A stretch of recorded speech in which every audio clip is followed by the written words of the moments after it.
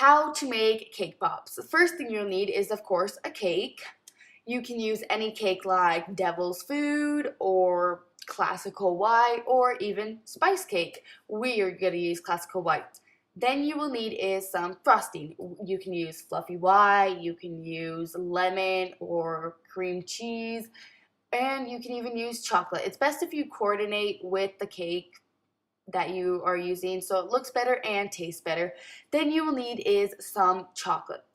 You will either need candy melts or chocolate chips. I prefer candy melts, but since we don't have them, we're improvising with some white chocolate, but it does taste better with candy melts. And to decorate it, you can use some sprinkles. We're going to be using these yellow summery kind because it's summer and it looks cute. Then, in order to make them cake pops, you have to have popsicle sticks. You can use really any sticks, but these ones are what we have, and so we'll use them. And then if you want to go really like high top and really, cool, you can dye your chocolate or candy melts with, of course, food coloring. It's best if you use the liquid food coloring, but if you are going to dye it with chocolate chips, you're going to want white chocolate chips, but I think candy melts even come in different colors if you want to do that. So let's go. Moving on to the cooking. So first you're going to take your pre-baked cake that has already been cooled, because if it hasn't been cooled, it's going to burn your hands and just ow. Then you're going to wash your hands, because if they're not, that's just gross. And then you're going to start crumbling it, and be prepared, it's going to get messy.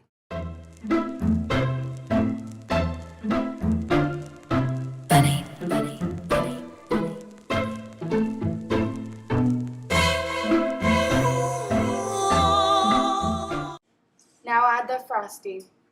For this part, you're going to want to get a can of frosting. You may use the whole thing. You may use half of it. We use the whole, but you're just going to want to mix it up. You're going to get messier than before, but use a spoon. It may help a little bit, but who knows.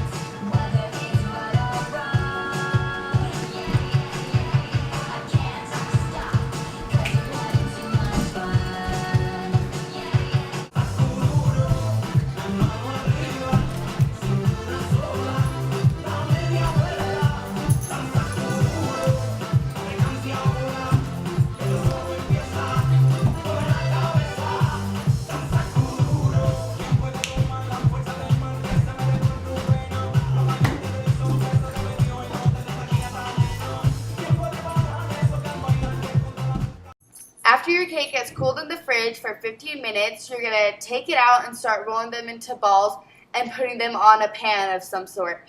And you're going to roll them into balls until all the cake is gone. And again, if you haven't realized, this is going to be messy.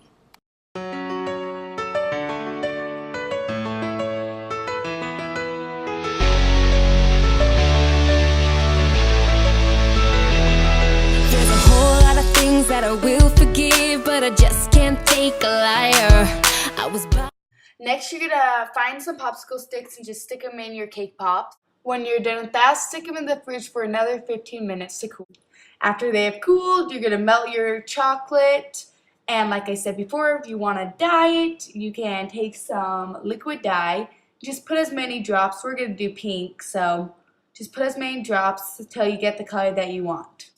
Once you're done melting and dyeing your chocolate, you're going to take your cake pops that are just barely come out of the fridge and you're going to start coating them in the melted chocolate. While doing this, you can stick them in a styrofoam square thing, but you do not have to. You can stick them back on the pan, let them cool in the fridge until the chocolate is hard.